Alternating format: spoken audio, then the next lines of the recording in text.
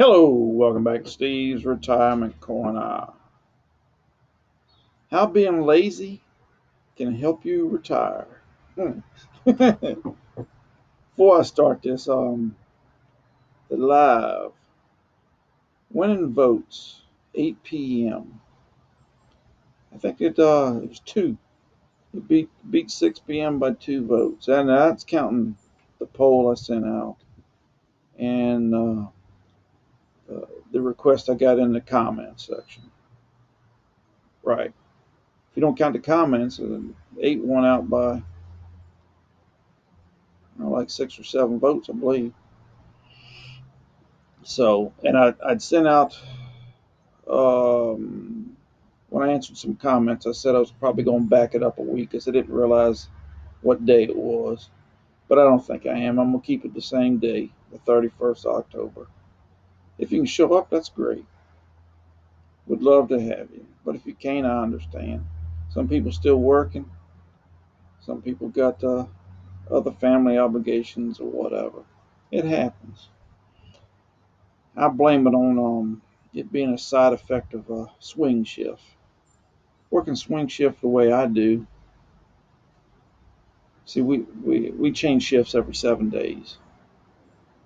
I So 2/3 of my working time is spent going in on one day and coming home on the next.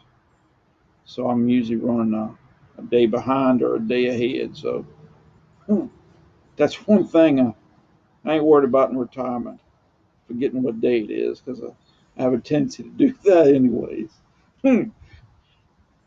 But so yeah, it'd be what, Monday, the 31st at 8 p.m. And I appreciate everybody voting that wanted to vote or that did. Now, how being lazy can help you retire. This ain't nothing.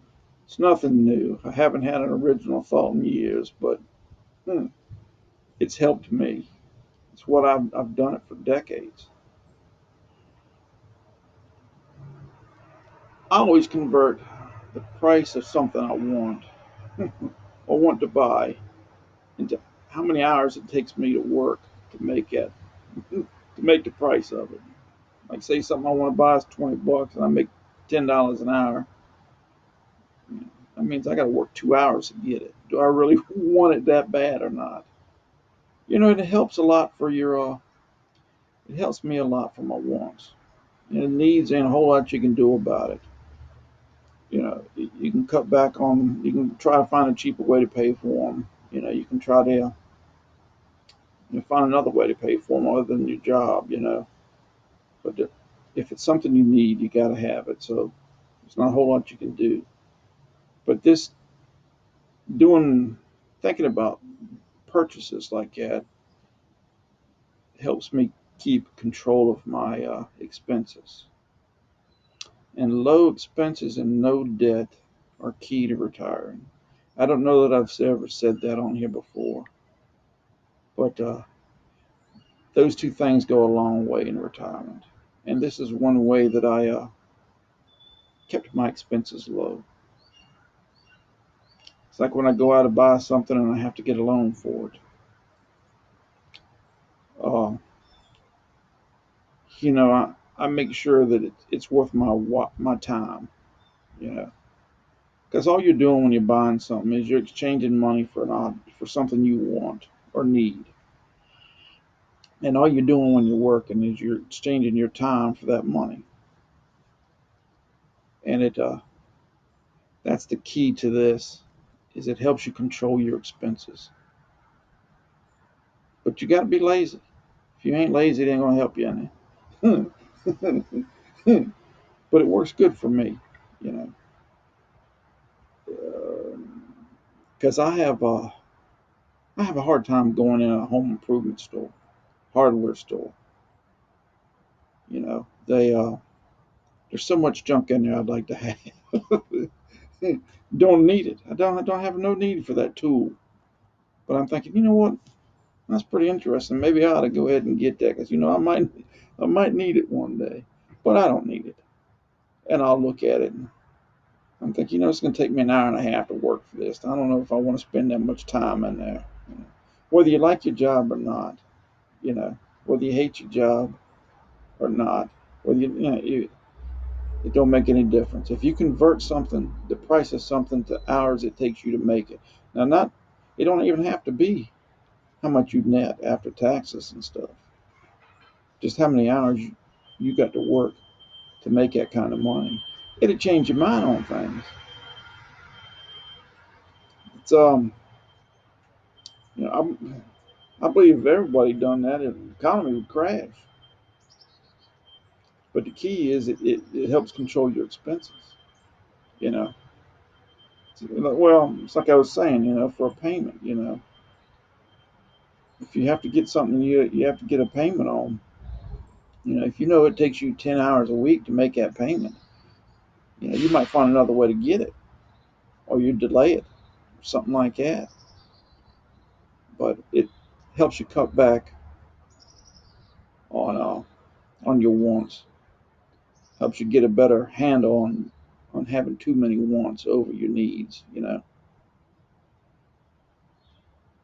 I'm sure there's some kind of fancy name for it, substitution method or something. I don't know, but that's helped me. That's helped me a lot over the years. That's how I was able to.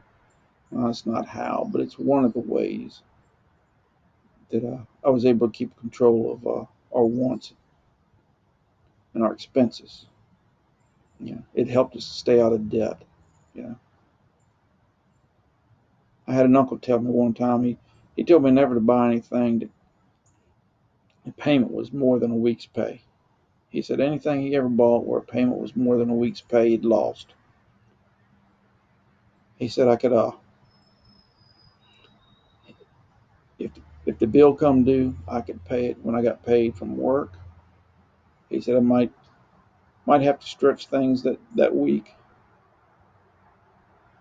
and make out, but I'd be getting paid next week anyways. So he said anything I had that was over a week's pay, he said I'd lost, and I always kind of remember that. And he told me that years ago. It was decades ago. I think we were probably just married. And I've always kind of kept that in the back of my mind. We got a boy at work. He bought him a Jaguar a few years ago. I guess it's probably been 5, 6 years ago. Payment on that thing was $900 a month. Man, that's more than I bring home, man. There's no way in the world I'd have bought something like that. It's a nice car. Don't get me wrong. It's a pretty car. It's nice. It really is. But it ain't worth me working over a week over a week every month to pay for it. Ain't doing it. But anyways, that's my thought. I ain't trying to tell nobody how to save or what they should do with their money. Most of y'all probably got doing just as well or better than me anyways. But that's just a little trick that helped me save for retirement. Y'all be good. Y'all make it a good weekend, why don't you? We'll talk to y'all later. We'll see you Monday. How's that?